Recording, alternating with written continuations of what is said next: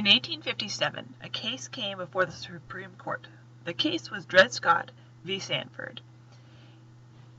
And it's a case that really helped polarize the country. Now, this case, along with John Brown's raid, were two events that led right up into the Civil War. These were some of the not events that triggered it, but one of the very important factors that illustrated how polarized the country was. So in 1857, this case came before the Supreme Court. And the Supreme Court justice who wrote the presiding opinion is a man named Roger Taney, and that's him on the right. And Roger Taney believes in states' rights, and he believes in slavery, right? And the rest of the Supreme Court mostly supports Taney, right? The Supreme Court then also wants to help establish the Calhoun Doctrine as the law of the land. So here we have a Supreme Court that's very much in favor of the South. And just a reminder, the Calhoun Doctrine is the idea that the slavery is a positive good, and it's constitutional, and it should expand. Now, Dred Scott, who's here on the left, is a slave, and his master takes him from Missouri, where he is, remember, which is a very northern slave state, and travels to Minnesota, and then goes back to Missouri. Now, Dred Scott claims that since he was taken from slave territory into free territory, that he is therefore free, right? And when he returned to Missouri, he sues his master for freedom. He loses his case in Missouri, but appeals to the Supreme Court. And they take the case, the Supreme Court takes the case, even though they object because they believe that this case is important. Now, in the majority opinion, Taney writes that blacks can't sue because they're not citizens of the United States, right? That the United States is only a white man's country. But Taney goes even further. He writes that the Missouri Compromise was unconstitutional because the government can't restrict property across state lines. This is a huge Southern victory, but obviously a blow for the Compromise, both of 1850 and of the Missouri Compromise, and for abolitionists. Basically, the decision says that the Republican Party position of stopping the expansion of slavery is unconstitutional.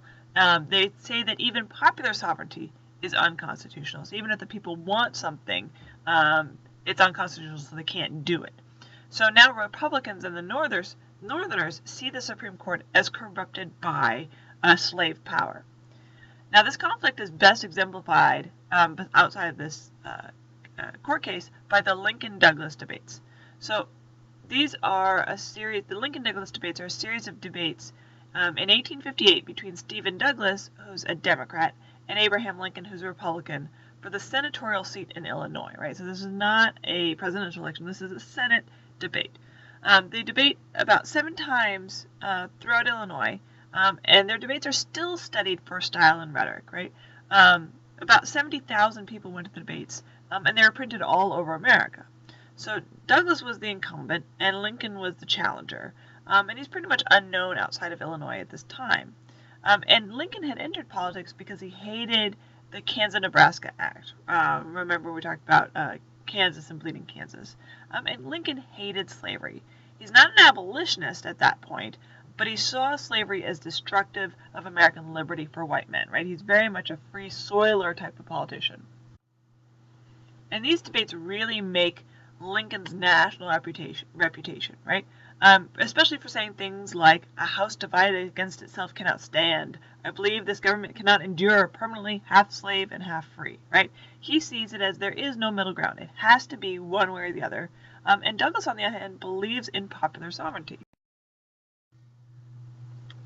And here we have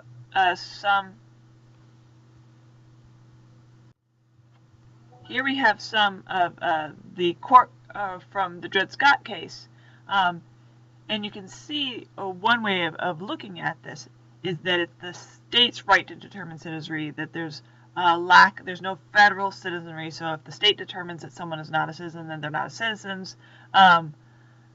Dred Scott's not a citizen because he's black, right? So here at the bottom, Dred Scott was not a citizen of Missouri within the meaning of the Constitution of the United States and not entitled as such to sue in its court. And compare that to the Lincoln-Douglas debates, where Douglas says that if the people of a territory want slavery, they have a right to it. To stand immovably by that principle which declares that the right of each state and each territory, which declares the right of each state and territory to decide these questions for themselves, versus Lincoln that says that the new territory should be kept free from it while in the territorial condition, right? Lincoln is not a very abolitionist. He's not coming out very strongly, but he is saying, right, the Supreme Court is saying, no, the states have the right to do this. And then Lincoln and Douglas are also saying the states have the right to do this, including the right to say no to slavery, right? And then the right to say, yes, you can be a citizen. Now, another crisis moment comes in 1859. John Brown, remember we saw him sort of with the rifle in one hand and the Bible in the other. John Brown in 1859 plans to grab some guns from an arsenal at Harper's Ferry, Virginia, which is now in West Virginia, and give those weapons to the slaves to free themselves and basically construct a slave uprising, right? So he wants to create a chain reaction in the South that will destroy slavery, but he only has about 20 men. So he grabs the guns, but unfortunately he didn't tell the slaves that this is the plan. They don't show up to the arsenal. Apparently the slaves had heard about it, but they believed it was a suicide raid, right? So they don't show up. So it's a colossal failure from Brown's perspective. In addition, Robert E. Lee captures him. So John Brown is tried, convicted, and hanged for treason in Virginia. Now, most people view the raid as both sort of criminal and insane. However, some Northern abolitionists see John Brown as a martyr for the cause of abolitionists. And they start to compare him to Jesus, a man who died for the rights of others, right, to save other people. And here we see a broadside that appeared in the North. The treason, right? This is the South is committing treason. All true Christians who believe in immortality through Jesus Christ alone are requested to pray for Captain John Brown, who now is under sentence of death and is to be hung next month for righteousness' sake. Right? Righteousness, a very sort of biblical word, and doing justly with his fellow man, his country, and his God, by a request of one who loves the truth and feels for the man that is to die a martyr to it. And this is in November of 1859, right? And if you've ever heard John Brown's Body, it's an anthem during the Civil War as a rallying cry. You know, here's John Brown. He died for your sins, right? This becomes a rallying cry. You must fight to avenge him and to avenge all the slaves who have lost their lives. That John Brown becomes his own symbol, right? Now, South see this as a sign of their oppression, right? The North is full of radicals. They came here. They tried to take our guns. Now, of course, the abolitionists are not the majority. They're really, most of the North is really quite moderate.